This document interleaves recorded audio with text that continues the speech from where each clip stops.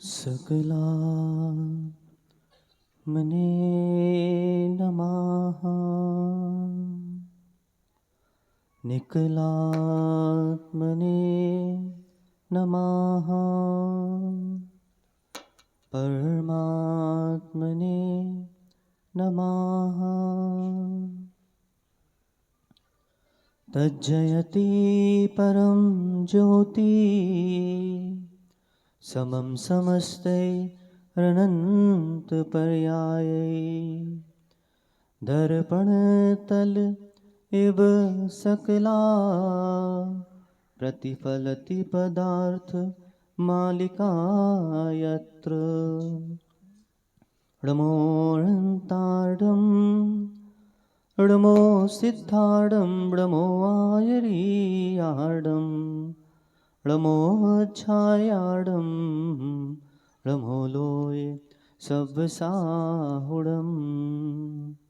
अनंत अनंत परम सिद्ध भगवान की, प्रथम तीर्थेश भगवान आदिनाथ स्वामी की, अंतिम तीर्थेश भगवान वर्धमान स्वामी की, परम पूजनीय आचार्य गुरुवर 108 श्री विशुद्ध सागर जी मुनि महाराज की, परम पूजनीय आचार्य भगवान 108 श्री निर्भय सागर जी मुनि महाराज की, अहिंसामय विश्व जैन धर्म की।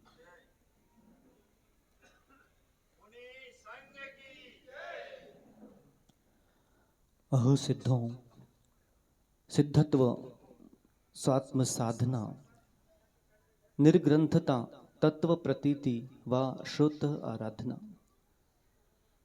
जिन जिन जीवों ने तद पंचक रूप प्रवृत्ति कर ली, वे सभी जीव पंचम गति के अन्वेषक बन पंचम गति को प्राप्त हो गए। पंचम गति की प्राप्ति विशुद्धि के अभाव में अभाव रूप है। विशुद्धि की प्राप्ति त्रिशुद्धि के अभाव में अभाव रूप है। इसलिए एक धर्मात्मा प्राणी प्रत्येक क्रिया के पूर्व मस्तिष्क में सूत्र स्थापित करता है, पहले त्रिशुद्धि और फिर विशुद्धि। इस विशुद्धि की प्राप्ति के लिए मैं कौन हूं, ये भान होना बहुत बहुत अनिवार्य है।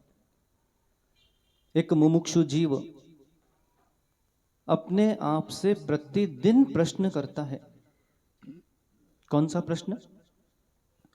को हम, बोलो बोलो, को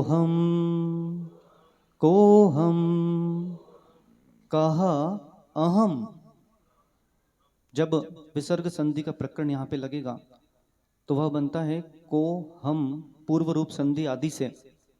कहा मतलब सर्वनाम है कौन, अहम मतलब मैं, और अद्याहार से ग्रहण करना पड़ता है हूं, अर्थात मैं कौन हूं।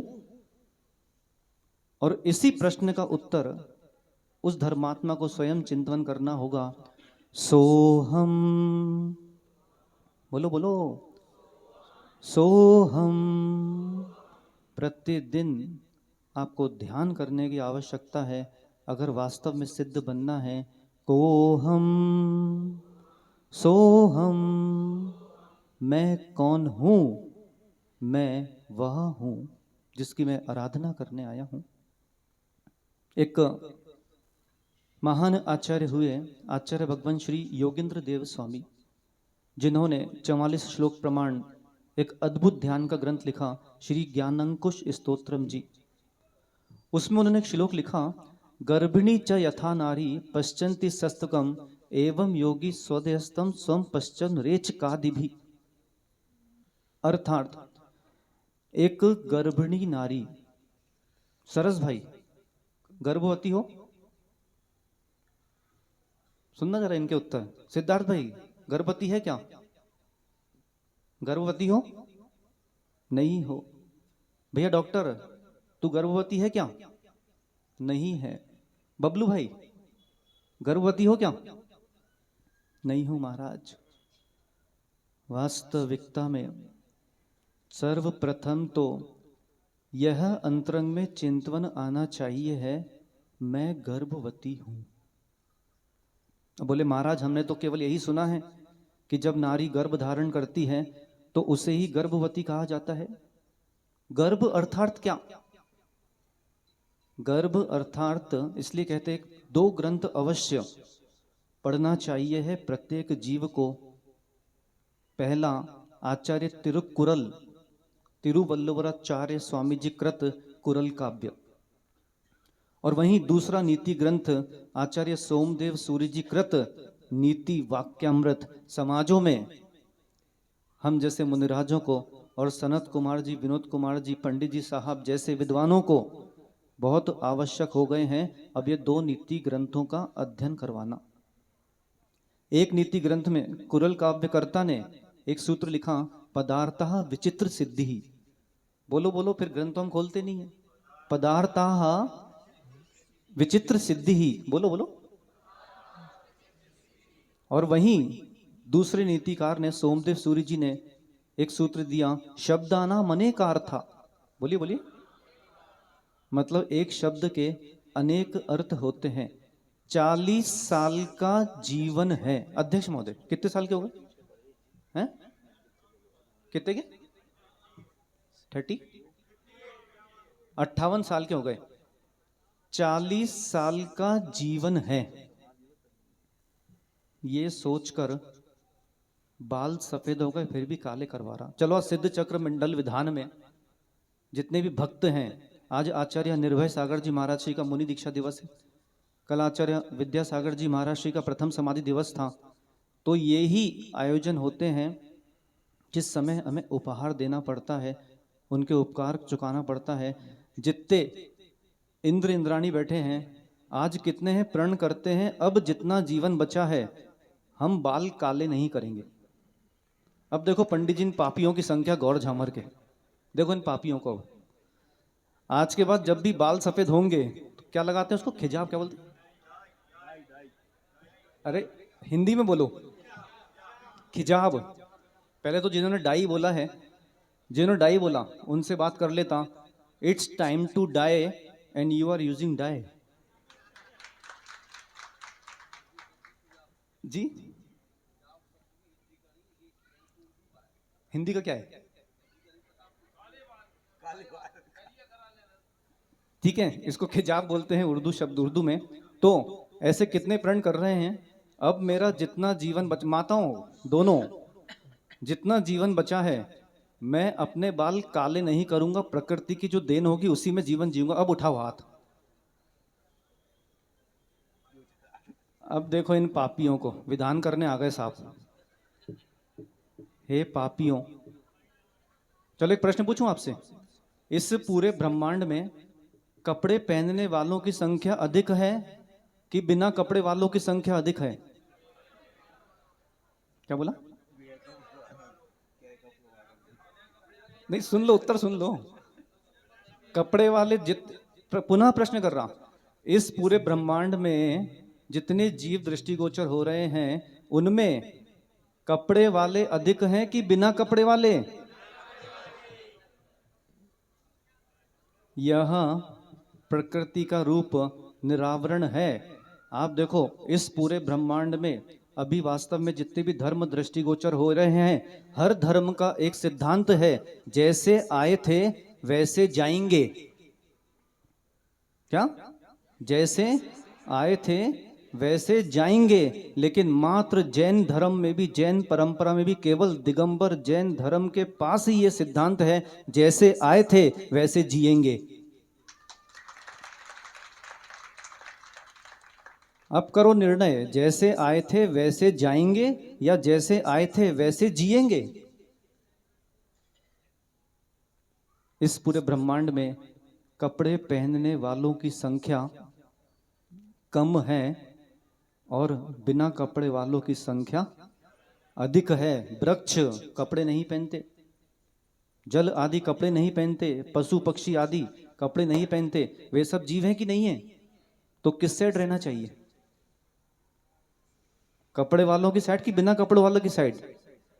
अगर आपकी सरल भाषा में कहें, आए थे नंगे जाएंगे नंगे, तो बीच में किस बात के दंगे?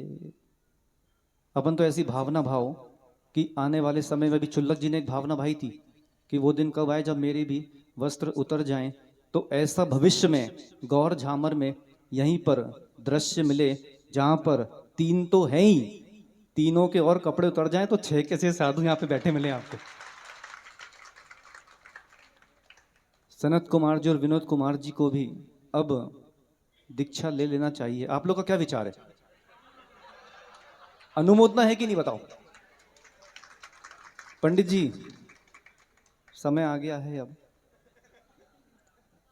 तो भैया अपने जीवन में सर्वप्रथम ये निर्णय करना पड़ेगा कि मैं गर्भवती हूं। आचार्य भगवंत ने यह दृष्टांत दिया है कि एक गर्भिणी नारी जिस तरह अपने उदर में स्थित बालक की रक्षा करती है, उसी प्रकार मेरे अंतरंग में एक आत्मा रूपी बालक है। जब तक ये निर्णय नहीं होगा तब तक सिद्ध बन नहीं पाएगा। मैं गर्भवती हूं, बोलो बोलो, मैं गर्भवती हूं, मैं गर्भवती हूं। जैसे घरों में शौचालय के बाहर पानी पड़ा रहता है, तो एक गर्भिणी नारी जिसके अंदर गर्भ है वो बहुत संभल संभल कर चलती है। क्यों? क्योंकि उसके अंदर बालक है, कहीं वो गिर ना जाए, उस बालक का दहन ना हो जाए। उसी प्रकार एक धर्मात्मा प्राणी भी जब शौचालय जाता है तो संभल कर पानी का प्रयोग करता है, क्योंकि मैं पानी फेंकूंगा, नाली में जीव मरेंगे, तो मेरे अंतरंग में जो आत्मा बालक है उसका दहन हो जाएगा। ये अंतरंग की दृष्टियां हैं। हे श्रावकों, अपने जीवन में इस सिद्ध पद को प्राप्त करना है तो आपको हमेशा अपने आप से प्रश्न करते रहना चाहिए है, कोहम सोहम, कोहम सोहम, कोहम सोहम। तब जाके उत्तर मिलेगा। और इतने उपदेश के बाद भी अगर भावों में परिवर्तन नहीं आ रहा है, सर्वप्रथम आचार्य निर्भय सागर जी महाराज जी का आज उपाध्याय दिवस भी है और उनका आज मुनि दीक्षा दिवस भी है। कल भी मैंने आपको कहा था, समय, विद्या, विराग और विशुद्ध। आज भी निर्भय, इनका नाम क्या है महाराज जी का? नहीं, आपसे पूछ रहा, मुझे तो याद है, इंद्र है ना। और इनका नाम क्या है? श्री दत्त। तो आज भी इन 3 नामों को अपने जीवन में गे बनाइए। निर्भय होना पड़ेगा। जैसे ही निर्भय हो जाएगा, मुनि पद प्राप्त करके इंद्र बन जाएगा, और जैसे ही इंद्र बन जाएगा तो श्री लक्ष्मी की प्राप्ति स्वतः हो जाएगी। बस एक अंतिम प्रश्न पूछकर समाप्त कर देता। पंडित जी साहब, सनत भैया, आम खाओ कभी, आम आम आम आने वाले बस। नहीं, पहले खाया होगा ना। सबसे मीठा कौन सा है? सबसे मीठा आम कौन सा है? विनोद भैया, हेल्पलाइन, सबसे मीठा आम कौन सा है? क्या? एक टांग का बोल रहे हैं। सबसे मीठा आम कोई होता है तो उसे कहते हैं रत्नागिरी का आम, जो कि सबसे, जिसको हाफुज अल्फेंजो अंग्रेजी भाषा में कहा जाता है। और सामान्य जो आप मीठा समझते हो उसको बोलते हैं चूसा, चोसा। चोसा कैसे खाते भैया? चूस चूस के। और एक जो पंडित जी ने बोला, एक लंगड़ा, लंगड़े वो कैसे खाते हैं? बना बना कर। लेकिन इतना कहने के बाद भी अगर समझ में नहीं आ रही है तो जिसके दिमाग में भरा है भूसा, उसने लंगड़े को भी दबा दबा के चूसा। बस भगवान से प्रार्थना करें कि अपने स्वरूप को मैं जानूं, ताकि मैं भी भगवान बन जाऊं। भगवान से भगवान को मिला दो ना, और हमें भी भगवान बना दो ना। वहीं हो संस्कार जहाँ नहीं हो बार बार। आचार्य श्री विशुद्ध सागर जी मुनि महाराज की। पूज्य मुनि श्री के वचनामृत के उपरांत मैं अभी पूज्य श्री ने ग्रंथ का नाम लिया था, कुरल